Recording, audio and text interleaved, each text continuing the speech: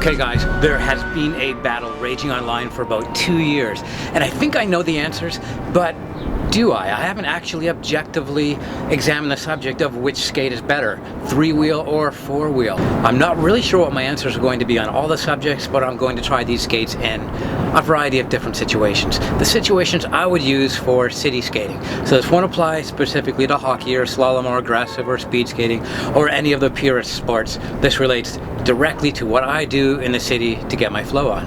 So let's do it. For my first test, I choose some of my smallest wheels and biggest wheels, the 110s on my Flying Eagle Drift and 78mm on my Flying Eagle Falcons. Here's the drifts. And these are the said Falcons. When I'm testing equipment, especially new equipment, I always bring it in the rough first. I was trying to roll through that pothole, not step through it. And the Flying Eagle Drift on the same road handles everything really nicely, and I just get through. I didn't try to run through the pothole, I officially made it, and it handles the rough afterwards quite easily too. So it's 1-0 for the tries.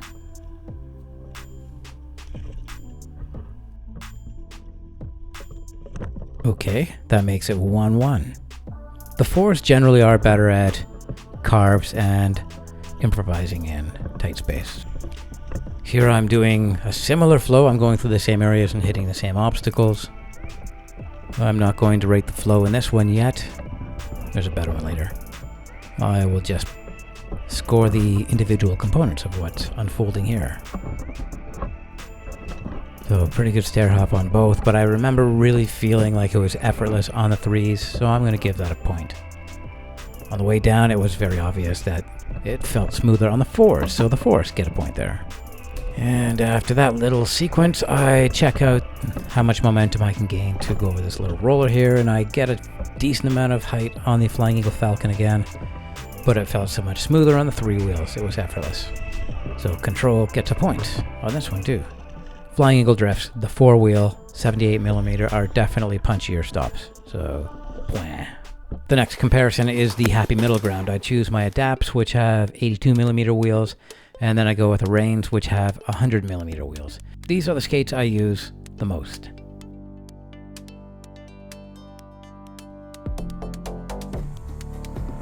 Four wheels at the top, 3 wheels at the bottom, and the 4 wheels take heat number 1 and heat number 2. The 3 wheels take it, heat number 4. Just by a whisper, the 4s take it, and on the last ones, the 4 takes it handily. So on the short sprint, the 4 wheels get a point. On the backward flow, you can see that the 4 wheels are in the lead here again. I'm a little twitchy on the 3 wheels, unstable on the backward compared to the 4 wheel. So yes, the 4 wheel gets another point here. The 4 wheel is looking pretty good at this point. I don't even know who's in the lead as I'm doing this video. I saved a lot of my judgments for video analysis, and there's a couple things that I just felt on the flow that I like more on one skate than the other. The 1-footed glide there on the Flying Eagle Drift was quite easy. I could have gone for ages had traffic and signals allowed.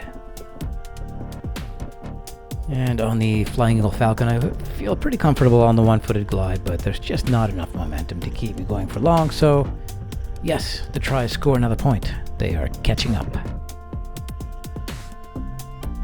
Yeah, there's that nice cornering I was talking about on the Flying Eagle Falcons. And here's something very important to me, the long sprint from standing to full speed and beyond. So I'm using a variety of tactics here. I'm doing a few more crossovers with the Flying Eagle Drift. I think that's because they're a little heavier or longer and require more energy to leverage properly. My Flying Eagle Falcon stride is much more straightforward and explosive.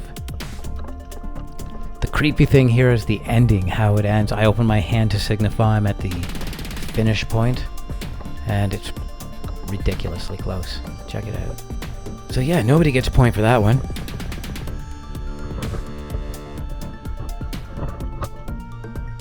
Here we are on a short alley sprint, or medium alley sprint, where the alley is of variable consistency, especially at the beginning of the sprint.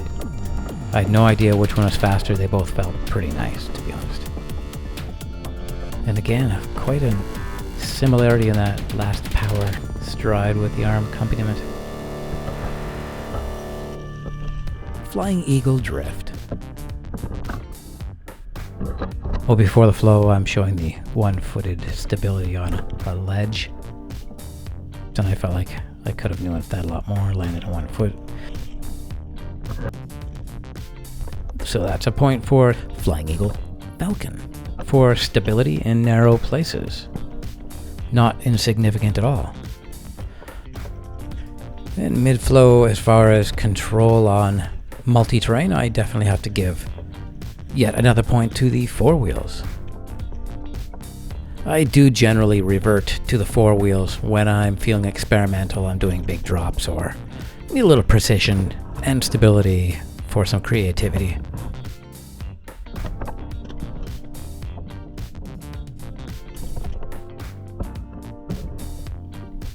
So as far as flow, the Flying Eagle Drift with the 3 wheels is definitely the winner. I can perform a lot of the stuff that I do on 4 wheels, on 3 wheels, quite easily.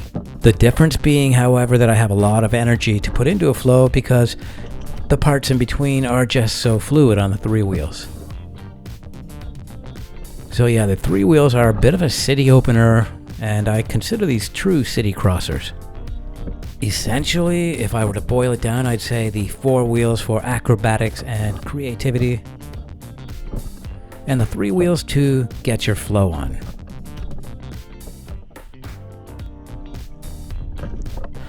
So I learned a few things in this video, and I'm sure I'm going to learn more afterwards. I think it's just a start as far as the examination of 3 wheel versus 4 wheel. For me, that is. Arrivederci.